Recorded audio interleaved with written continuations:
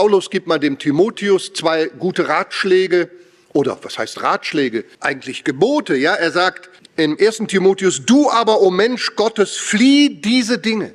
Oder er sagt, die jugendlichen Begierden aber fliehe. Jakobus gibt die Anordnung und sagt, unterwerft euch nun Gott, widersteht dem Teufel und er wird vor euch fliehen. Naht euch Gott, dann habt ihr Kraft. Dann habt ihr Kraft. Gemeinschaft ist wichtig.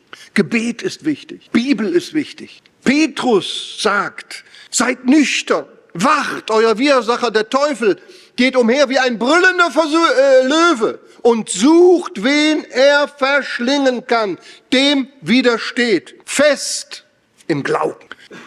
Also fliehen, widerstehen. Es war noch die Zeit, da fuhr man noch mit Kutschen. Und da war ein Gutsherr und der wollte einen neuen Kutscher einstellen. Und dann waren da 3, 4, die haben sich gemeldet und dann wollte er die aber prüfen. Und dann hat er gesagt, ja gut, dann will ich euch mal prüfen. Hört mal, wie nah könnt ihr mit der Kutsche, also die Pferde davor und mit der Kutsche, wie nah könnt ihr an einen Graben oder an einer Böschung entlangfahren? Und die wollten natürlich alle die Anstellung.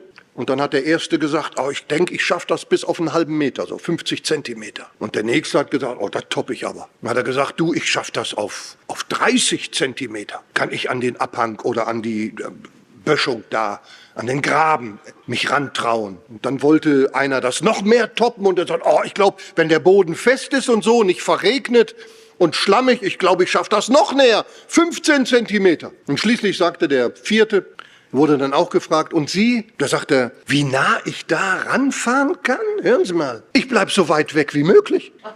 Und dann hat der Gutsherr gesagt, Sie stelle ich ein. Halt dich nah bei dem Herrn auf. Das ist Kraft. Teresa von Avila sagte, wer das Gebet übt, bleibt nicht lange in der Sünde, denn entweder wird er das Gebet oder die Sünde lassen, weil Gebet und Sünde nicht nebeneinander bestehen können. Also wir müssen versuchen, alles zu meiden. Das ist ein Kampf, das ist eine Überwindung. Wir müssen versuchen, alles zu meiden, was uns der Sünde näher bringt. In den Sprüchen heißt es, Kapitel 5, Vers 8, halte fern von ihr deinen Weg und nähere dich nicht der Tür ihres Hauses. Also jeder Versuchung. In der Praxis, jetzt mal umgesetzt, flieht, nah dich nicht. Vielleicht ist da ein ehemaliger Trinker, der irgendwo immer so seine Stammkneipe gehabt hat, ja? Jetzt ist er frei geworden. Er ist Christ geworden. Es ist gut, wenn er da in die Nähe kommt, immer einen Bogen macht. Selbst wenn es ein Umweg ist. Weil schon die Nähe kann wieder ein Anknüpfungspunkt sein. Dass man vielleicht Orte meiden muss. Vielleicht sogar Freundschaften kappen muss. Meide das Milieu, dann kriegst du kein Malheur.